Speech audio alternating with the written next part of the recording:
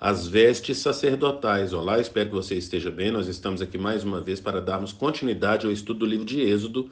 Hoje, Êxodo, capítulo 28. Mas antes é necessário que eu faça alguns pedidos. E o primeiro pedido é para que você não apenas curta, mas compartilhe esse estudo com outras pessoas, para que outras pessoas venham ser abençoadas.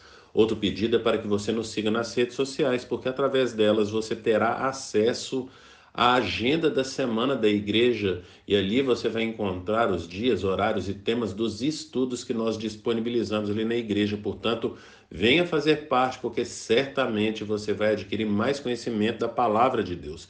E outro pedido é para que você leia todo o capítulo, no caso hoje o capítulo 28. Depois desses pedidos eu quero ler aqui hoje capítulo 28, do versículo 1 até o versículo 5, que diz: Chame seu irmão Arão e separe-o dentre os israelitas e também os seus filhos, Nadab e Abiú, Eleazar e Itamar, para que me sirvam como sacerdotes.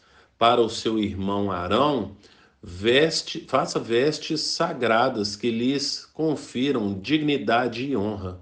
Diga a todos os homens capazes aos quais dei habilidade que façam vestes para a consagração de Arão, para que me sirva como sacerdote. São estas as vestes que farão: um peitoral, um colete sacerdotal, um manto, uma túnica bordada, um turbante e um cinturão, para que o sacerdote Arão e seus filhos me sirvam como sacerdotes.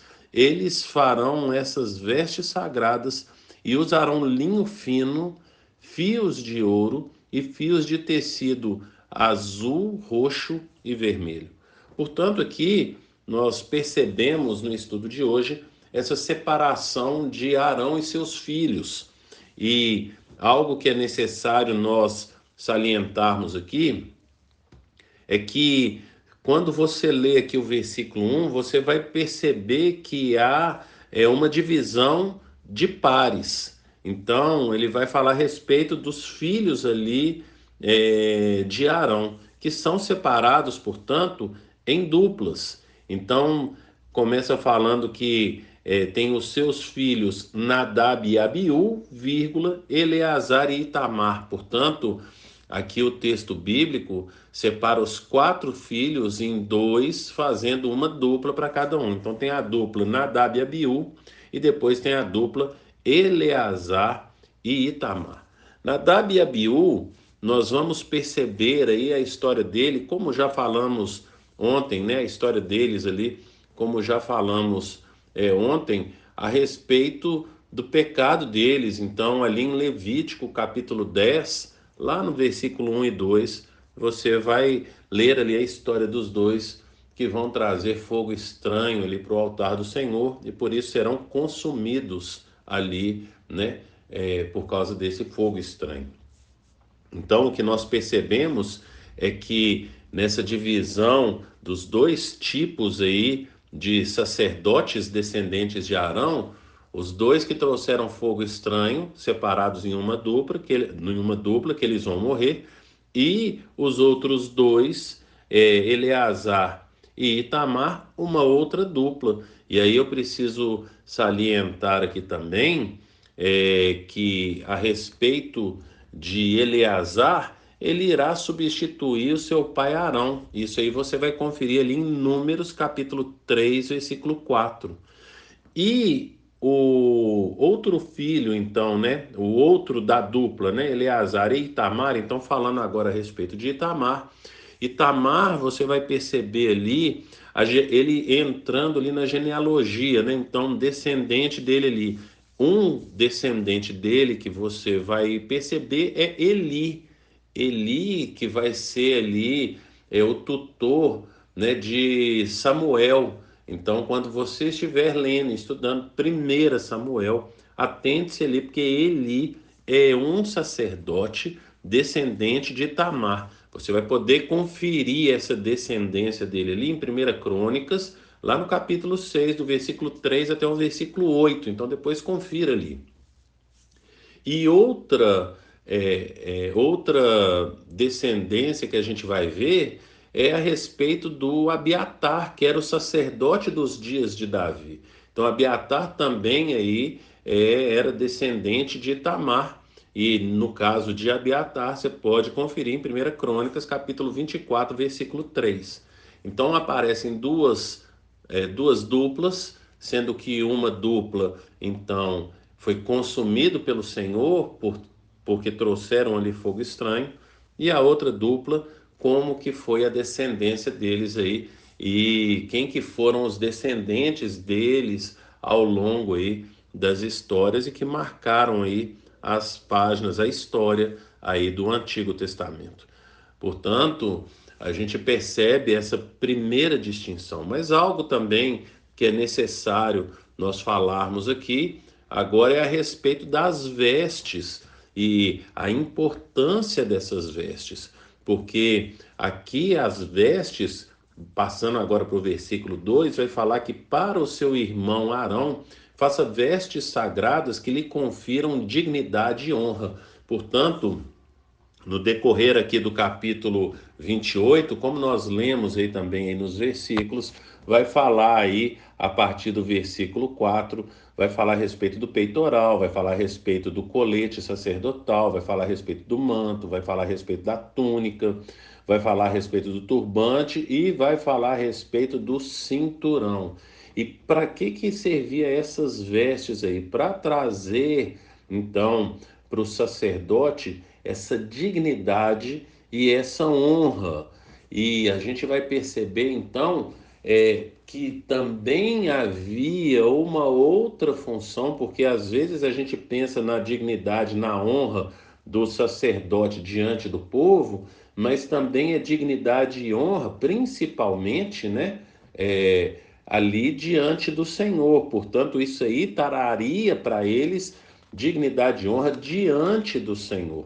A gente vai perceber aí, né? Nós não lemos o texto, mas eu quero citar dois versículos aí no decorrer do capítulo 28, que é o versículo 35, que vai falar que Arão o vestirá quando ministrar, o som dos sinos será ouvido quando ele entrar no lugar santo diante do Senhor e quando sair, para que não morra. Portanto, essa dignidade, essa honra que eles estão trazendo é necessário para que eles não morram. Se você for ler ali também no versículo 43, o finalzinho do versículo 43, vai falar, aliás, eu vou ler o versículo 43 todo, menos a parte final do versículo, fala que Arão e seus filhos, é, cal, é, Arão e seus filhos terão que vesti-los sempre que entrarem na tenda do encontro ou quando se aproximarem do altar para ministrar no lugar santo, para que não incorram em culpa e morram. Portanto, o que eles levam ali diante do Senhor no lugar santo? Eles vão levar ali, o sacerdote vai levar, como nós falamos no estudo de ontem também, a respeito de que o sacerdote ele entra uma única vez no ano e aí ele vai se apresentar ali diante do Senhor para trazer a culpa do povo e trazer esse perdão. E aí agora a gente percebe que ele precisa dessa vestimenta, porque essa vestimenta vai trazer para ele dignidade e honra. Portanto, o sentido da vestimenta é dignidade e honra. E ele precisa disso, como nós lemos aqui no versículo 35 e no versículo 43, que eles precisam disso para que não morram. Para, como fala aqui no finalzinho do versículo 43, para que não incorram em culpa e morram. Portanto, nós percebemos aqui que eles não podem se apresentar de qualquer forma aí diante do Senhor. E o autor de Hebreus, lá em Hebreus capítulo 7, versículo 26, vai falar agora a respeito de Jesus. Jesus que é o nosso sumo sacerdote, aquele que nos representa diante do Pai. Então, o autor de Hebreus, no capítulo 7, versículo 26, ele fala: é de um sumo sacerdote como este que precisávamos, santo, inculpável, puro, separado dos pecadores, exaltado acima dos céus. Nós precisávamos de Jesus Cristo. Por quê? Porque os outros sumos sacerdotes poderiam incorrer em pecado e poderiam morrer, e com isso não teriam como representar ali o povo. Lembre-se que lá em Romanos, no capítulo 3, versículo 23, fala que todos pecaram e destituídos estão da glória de Deus, e todos são todos, inclusive aqui os sacerdotes.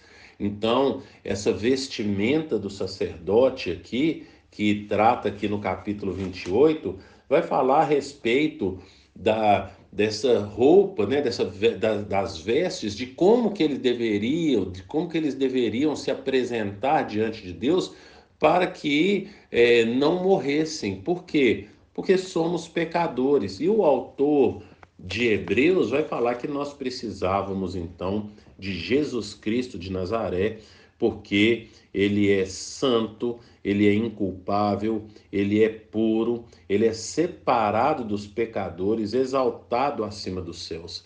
Desse sumo sacerdote que a gente precisa. Portanto, essa vestimenta no sumo sacerdote, ou nos sacerdotes aqui, que está falando aqui no capítulo 28, ele é um tipo de Jesus, ou seja, a gente olha aqui e simboliza, aqui no capítulo 28, o sacerdote com essas vestimentas simboliza Jesus, mas é só um símbolo. Por quê?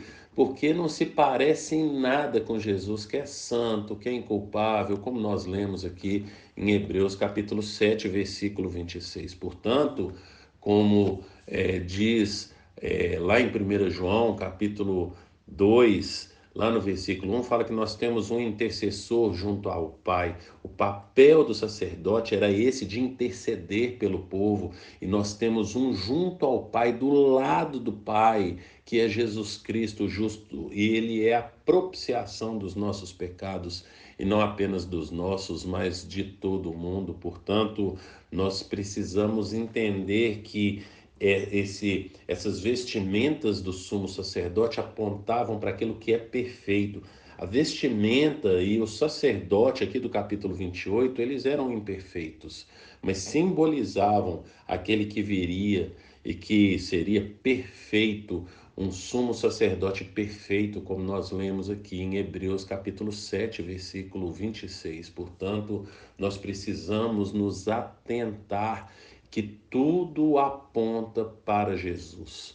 A nossa leitura da Bíblia e o que eu procuro fazer aqui, o que nós procuramos, cada um aqui, cada uma das pessoas aqui que trouxe o estudo de um livro, cada um de nós tivemos aqui a intenção de sempre apontar para Cristo. É necessário que você entenda, mais uma vez, já falei isso antes, lá no estudo de Gênesis, e volto a repetir agora aqui em Êxodo, que o herói da história é Jesus, o herói da história é Deus. Deus é que é o grande herói da história.